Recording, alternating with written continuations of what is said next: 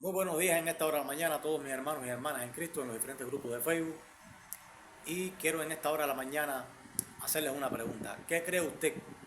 ¿El bautismo debe ser realizado en el nombre de Jesús o debe ser realizado en el nombre del Padre, del Hijo y del Espíritu Santo? ¿Por qué hay tanta confusión sobre este tema? ¿Por qué algunos dicen Pedro y Pablo predicaban y bautizaban en el nombre de Jesús, pero Jesús es mayor que los apóstoles?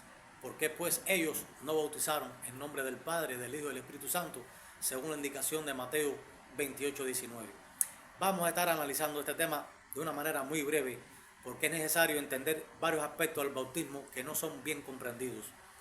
Quiero primeramente llevarlos al Antiguo Testamento. Todo aquel que ha leído el Antiguo Testamento y ha tenido la oportunidad de extenderlo con rigor, de estudiarlo con rigor, puede darse cuenta que jamás en Israel se había hecho un bautismo a una persona porque éste simplemente tuviera fe o confesara fe en Yahvé, en Jehová. No, ese bautismo jamás había sido instruido a la nación de Israel. El bautismo que primeramente fue instruido fue el bautismo de arrepentimiento, perdón de pecados, que fue por medio del profeta Juan el Bautista. Este fue anunciando el bautismo de arrepentimiento por todo el río Jordán. La nación de Israel completa iba donde estaba él y eran bautizados en el río Jordán. Posteriormente Juan es encarcelado y ciertamente vino Jesús para darle continuidad a ese ministerio de Juan el Bautista.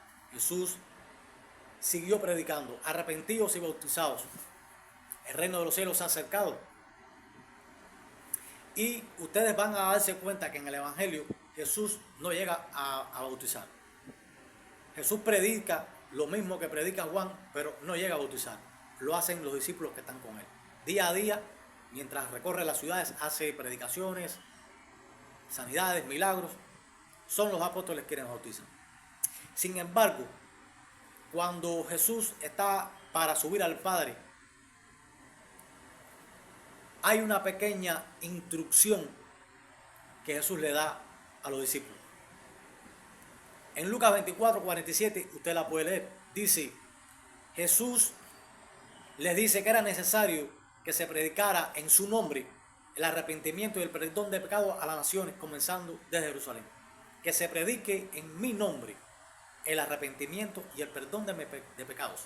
En mi nombre. Esa instrucción, en mi nombre, no la había dado Juan el Bautista, ni la había dado Jesús a los discípulos anterior durante su ministerio. No, la vino a dar ahora, cuando está a punto de partir, después de que murió en la cruz, después que había derramado su sangre y que los expiados del pueblo, los pecados del pueblo habían sido expiados.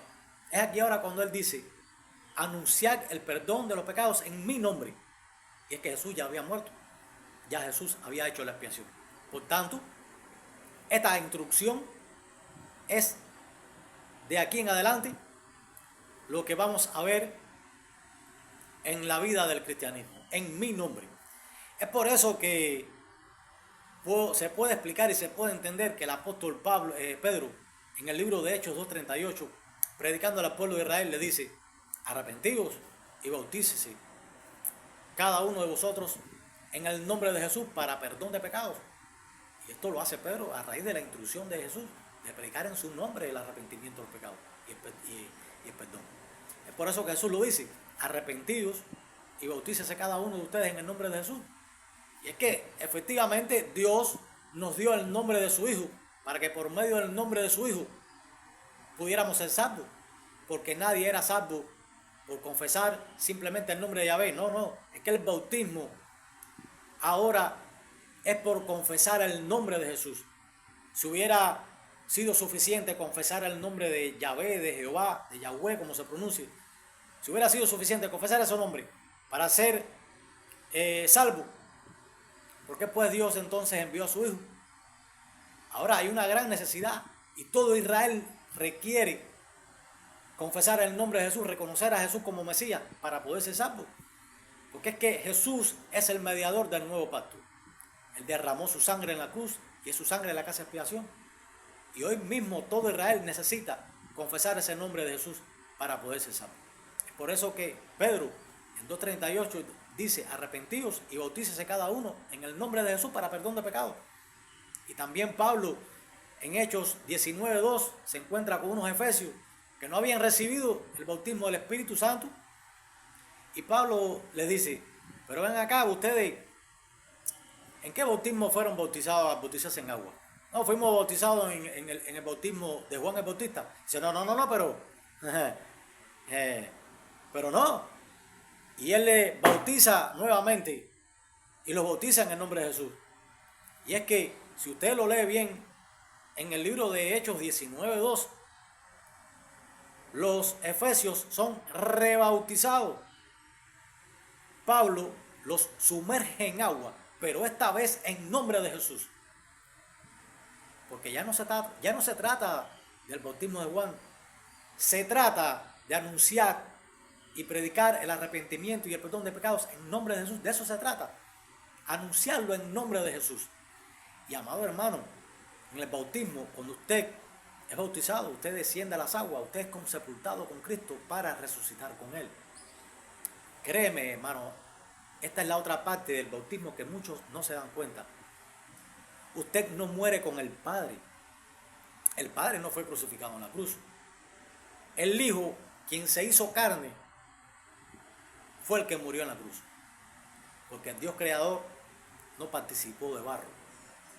Jesús participó de carne, participó del barro, pero el creador, aquel que modeló con sus manos al barro y de ahí hizo al hombre, él propiamente no es barro, pero aquel que nació de Dios, que vino de Dios, ese, como dice la Escritura, el verbo se hizo carne, ese participó de carne, ese participó de barro.